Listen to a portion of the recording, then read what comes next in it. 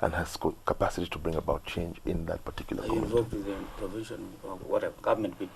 You'll find, this is the interesting thing, you'll find always that wherever you go, the groups that you're working with already have a relationship with the government. Yeah, and it varies, and it varies, and they have learnt, because they're based there, their own ways of managing that relationship, which sometimes is very good. You can go to places where the local provincial administration is with you full time, for some days, and other places where the relationship is a bit more tested, but the locals determine the quality of the relationship.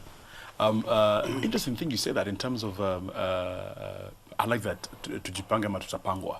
Yeah. It takes me to what's happening in the Arab world, in terms of kupangwa. Yeah. You know what I mean? So are we seeing a scenario, and Mutegi earlier, when I told Mutegi that, he said you don't try and incite people, but it's just basically in terms of what's happening all around. You predicted, I think, in 1990, during the Berlin, the collapse of the Berlin Wall, and I think 2 or 3 years later, the same scenario did happen in this country.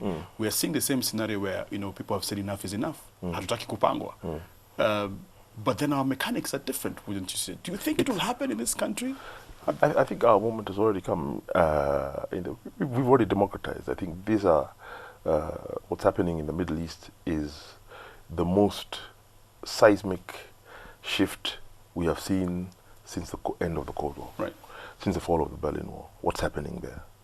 And when the Berlin Wall fell, you all remember the whole Soviet Union changed, broke apart, countries became independent, we had wars break out in some of those countries, some of them continue to this day. It was very, very, messy, but a number of those countries have joined the EU, so they've stabilized, they're growing fast, economically, and improving the lives of their people. But that hit us. The fall of the Berlin Wall was in 1989. By 1990, we were being pushed to go for multi-party, the wind of change.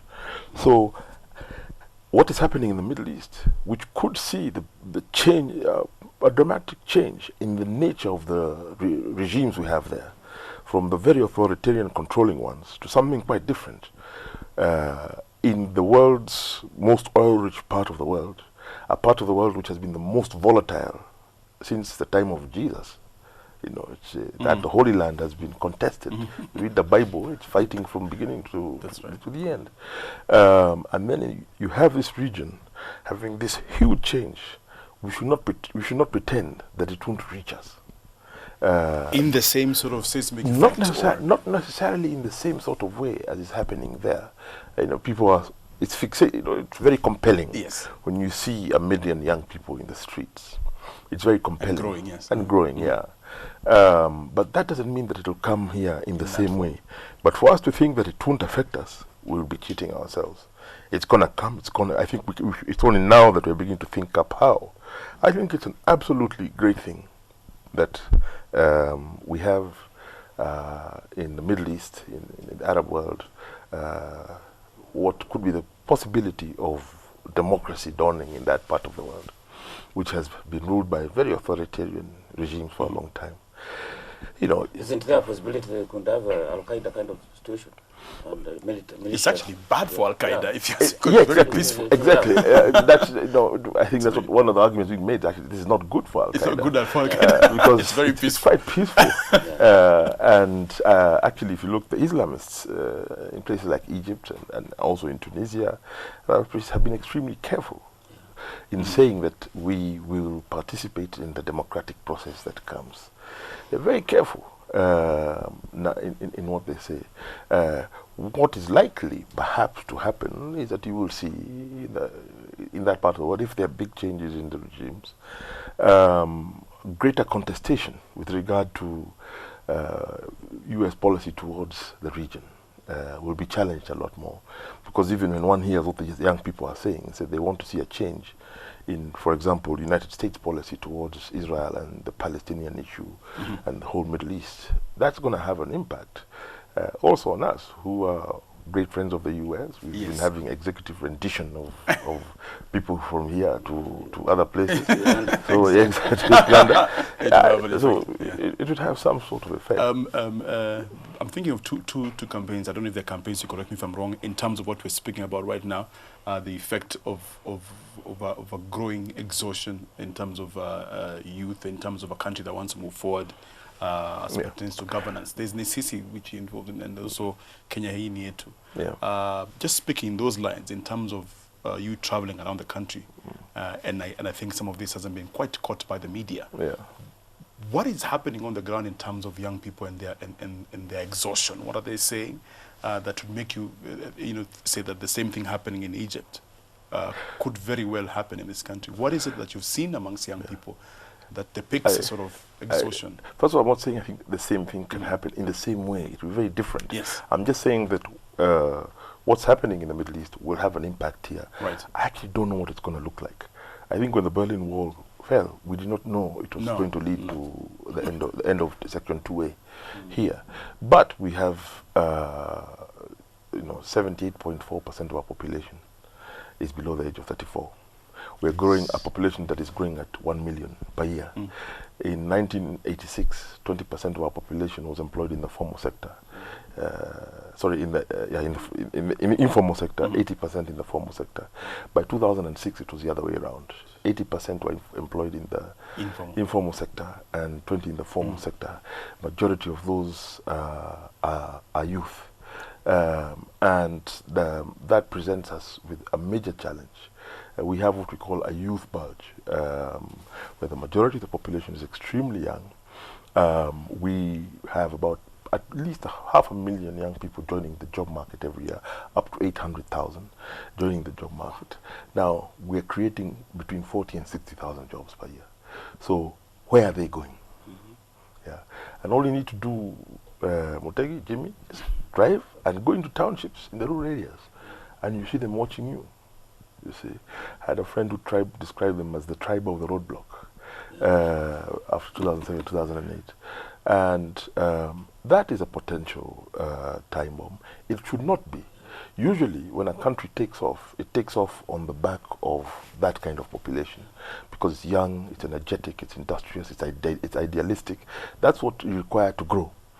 If you mishandle it, it will burn you. Period. And one of the big problems we've had here is that the economic policies that have been adopted by our government have produced growth, but without jobs.